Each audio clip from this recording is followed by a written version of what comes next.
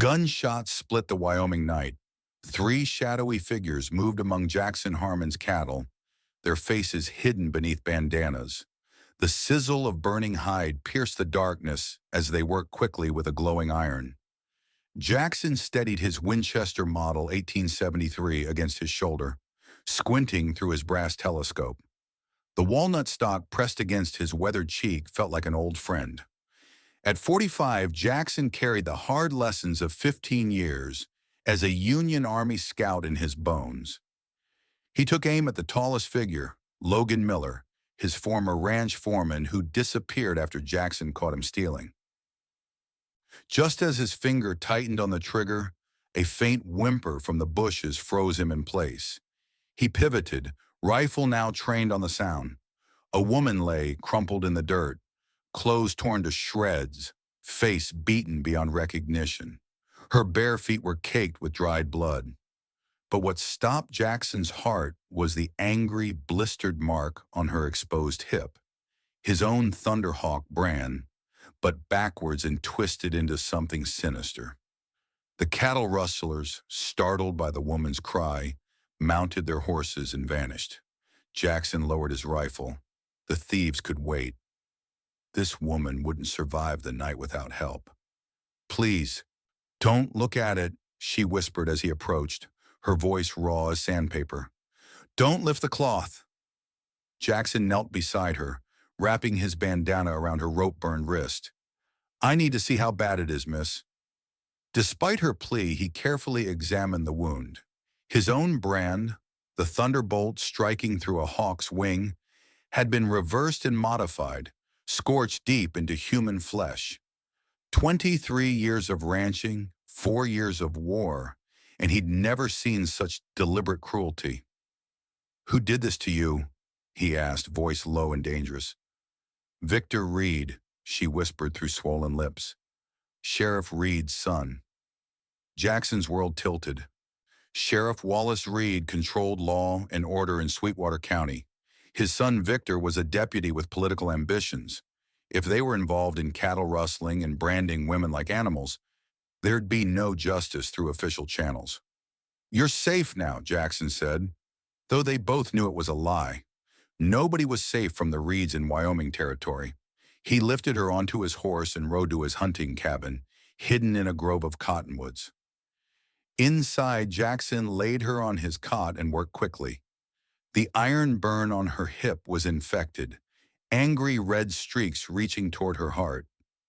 Using whiskey and his hunting knife, he cleaned the wound while she drifted in and out of consciousness. "My name's Sarah," she murmured through cracked lips. "Sarah Mitchell, Morgan Sullivan's daughter." Jackson nodded. Sullivan, the blacksmith who'd made his branding irons. Another piece clicked into place. "I saw them," Sarah continued, each word an effort. "Victor Reed and Logan Miller. They were switching cattle brands and forging sale papers. When I threatened to tell..." Her voice trailed off, but the marks on her body told the rest.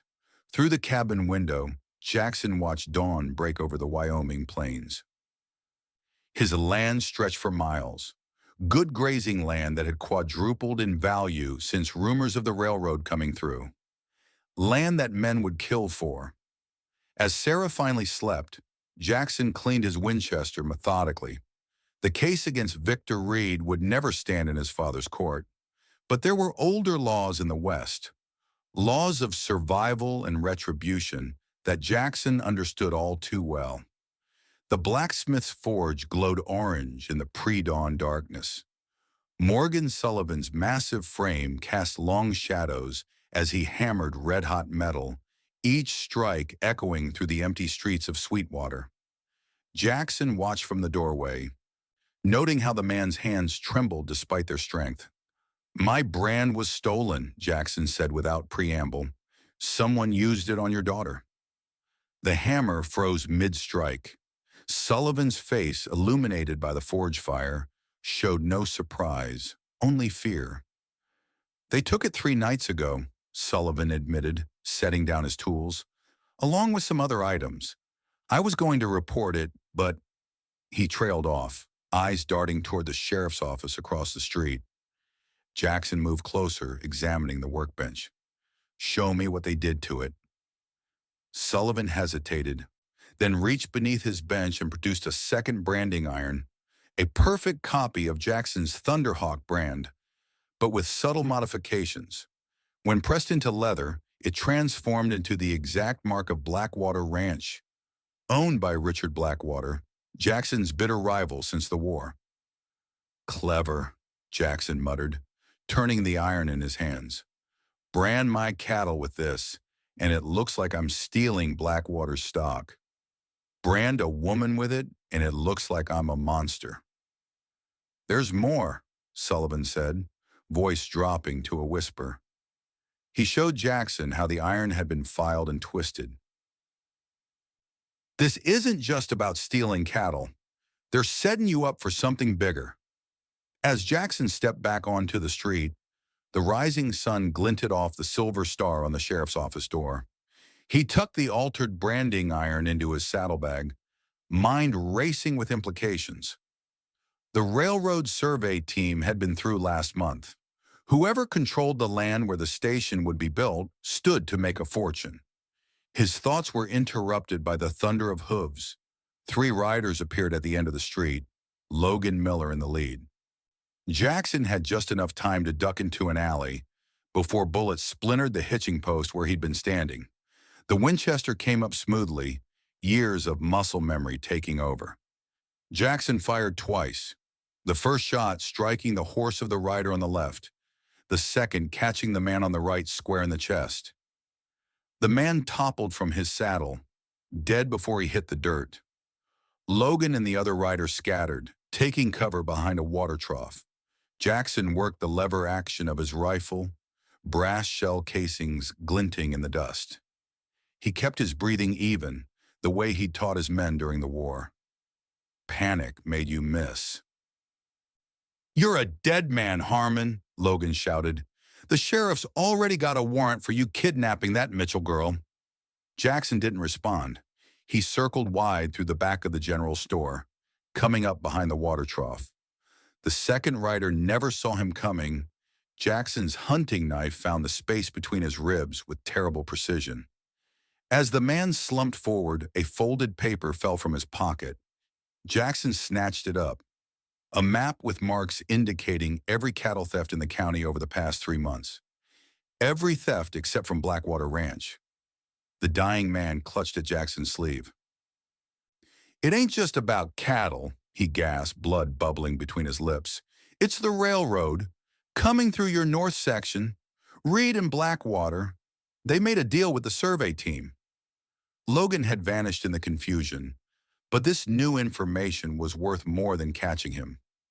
Jackson pocketed the map and melted away as townspeople began emerging onto the street. 2 days later, Jackson returned to town under cover of darkness.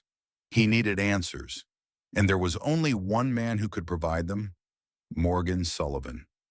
The blacksmith shop was dark, but a light glowed in the small room at the back where Sullivan lived. Jackson slipped through the rear door, pistol drawn.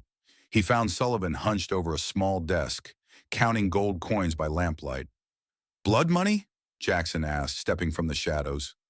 Sullivan jumped to his feet, reaching for an iron poker. Jackson's Colt Peacemaker stopped him cold. "She's my daughter," Sullivan said, his voice breaking. "How could you think I'd hurt her?" "I don't think you branded her," Jackson replied. "But you knew what they were planning. You helped them modify my brand." He gestured to the coins. "And they paid you well." Sullivan's shoulders sagged. He suddenly looked older than his 50 years. "I owe debts. Gambling debts to men who collect in blood. Blackwater offered a way out. By framing me? By letting them use your daughter as a pawn?" "I didn't know they'd hurt Sarah," Sullivan protested, tears streaming into his beard. "I thought they just needed the brand for cattle. When I found out what they did to her..." His voice trailed off. "You still took their money," Jackson said, disgust evident in his voice. "To buy passage," Sullivan explained. "For both of us. To California, away from all this. But she disappeared from Doc Miller's before I could tell her. A noise outside interrupted them. Boots on gravel, the metallic click of a gun being cocked. Jackson moved to the window and peered through a gap in the curtains. Logan Miller and 3 men approached the shop, rifles ready. "They're coming for us both now," Jackson said grimly. "Is there another way out?" Sullivan shook his head. "Just the front through the shop, but I've got something better." He moved to a loose floorboard and pulled out a double-barreled shotgun. "Let them come." Jackson positioned himself to the side of the door while Sullivan stood behind his anvil. When the door burst open, Jackson picked off the first man with a clean shot to the chest. Sullivan's shotgun roared, taking down another. Logan and the third man returned fire, sending sparks flying as bullets ricocheted off metal tools. A round caught Sullivan in the shoulder, spinning him around.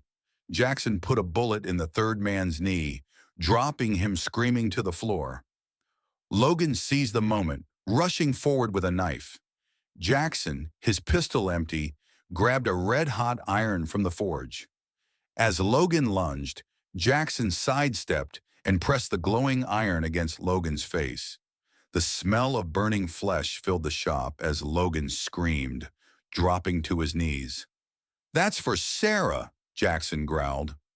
Sullivan staggered forward, clutching his bleeding shoulder. "Behind you!" Jackson turned to see the wounded man raising his pistol. Sullivan lunged forward, taking the bullet meant for Jackson. As the blacksmith fell, Jackson hurled his hammer, crushing the shooter's skull. Logan had used the distraction to crawl toward the door. Jackson caught him by the collar, pressing the hot iron dangerously close to his throat. "Martha Harmon," Jackson said, naming his wife who had died 3 years earlier. "Tell me the truth about her death." Logan's ruined face twisted into a grotesque smile. "Sheriff Reed poisoned her coffee. She found documents about the railroad plans. Been in works for years." Jackson's grip tightened, the iron singeing Logan's skin. "And Blackwater?" "Partners with Reed. Your land. The depot location. Worth a fortune." Logan's eyes glazed with pain. "Kill me if you want. Reed will still hang you." Jackson dropped the iron and slammed Logan's head against the anvil, knocking him unconscious. He turned to Sullivan, who lay in a spreading pool of blood. "I'm sorry, Jackson," the blacksmith whispered. "Tell Sarah. Tell her I tried to make it right."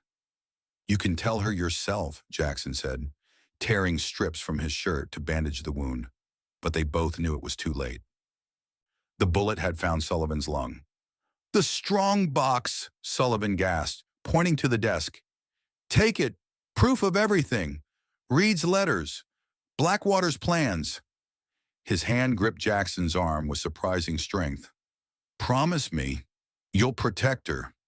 "I promise," Jackson said as the light faded from Sullivan's eyes. Sheriff Wallace Reed's office smelled of tobacco and gun oil.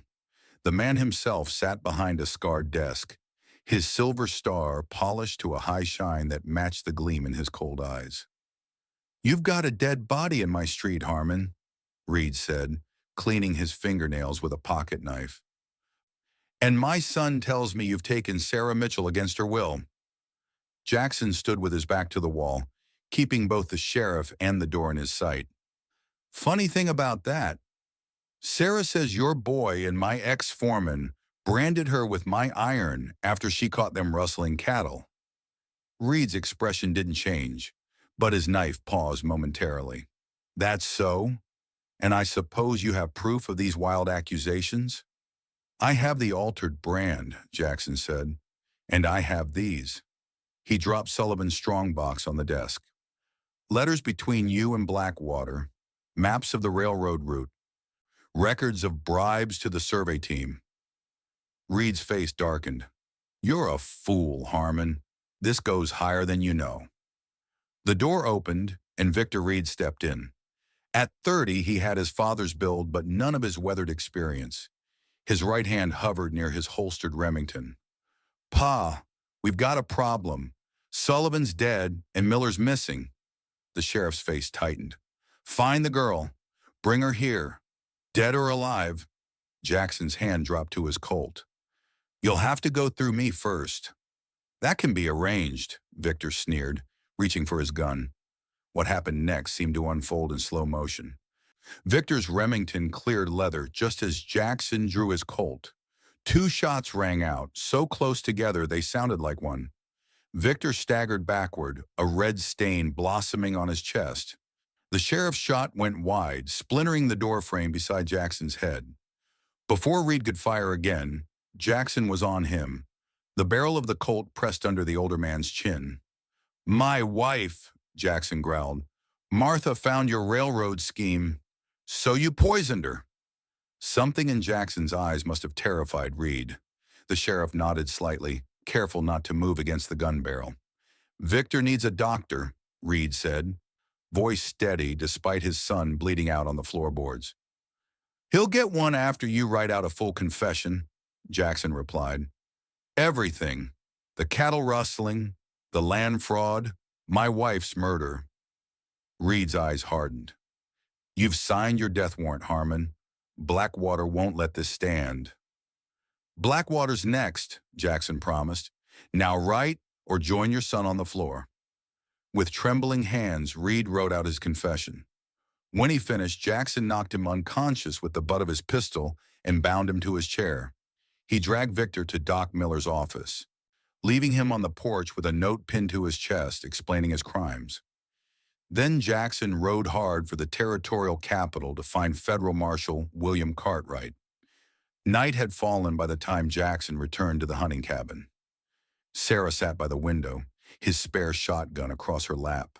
Her face was still bruised, but her eyes were clear and alert.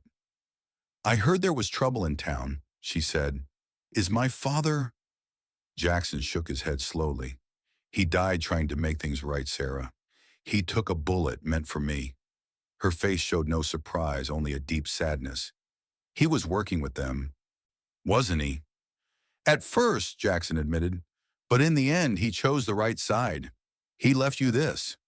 Jackson handed her the pouch of gold coins. "For passage to California," he said.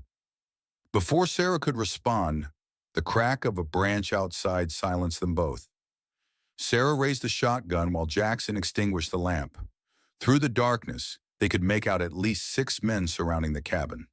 "It's Blackwater," Jackson whispered.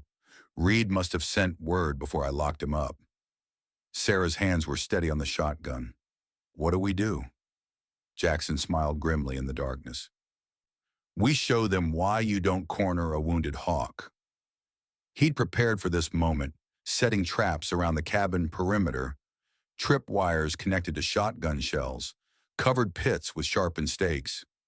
As Blackwater's men approached, the night erupted into chaos. 2 men went down immediately, caught in Jackson's traps. The others opened fire, wood splinters flying as bullets tore through the cabin walls. Jackson returned fire through a narrow window, his shots measured and precise.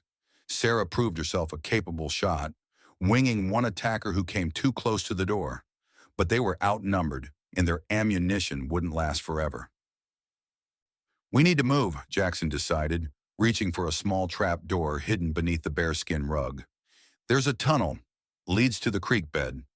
As Sarah slipped into the narrow passage, Jackson prepared a final surprise for their attackers. He overturned the coal oil lamp onto a trail of gunpowder leading to his store of ammunition. It would create enough confusion for their escape. They were 50 yards away when the cabin exploded, ammunition cooking off like a 4th of July celebration. In the chaos, they made their way to where Jackson had hidden 2 horses. Through the darkness, Jackson caught a glimpse of Richard Blackwater himself, shouting orders as his plan fell apart. By dawn, they were at the territorial capital, standing before Federal Marshal William Cartwright. The marshal read Reed's confession with growing alarm, then dispatched a team of deputies to arrest Blackwater and secure the evidence. "This conspiracy goes deep," Cartwright said, setting aside the papers. "The governor himself may be implicated." What happens now? Sarah asked. Justice, Cartwright replied simply.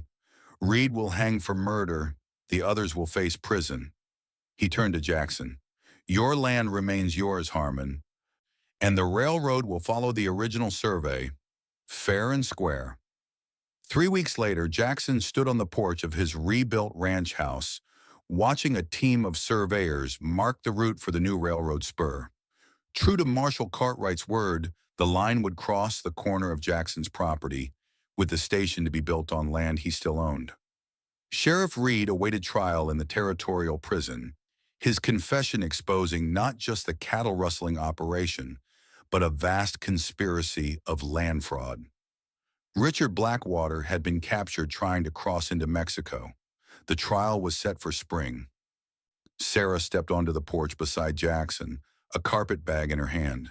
The bruises on her face had faded, though the brand on her hip would be a permanent reminder.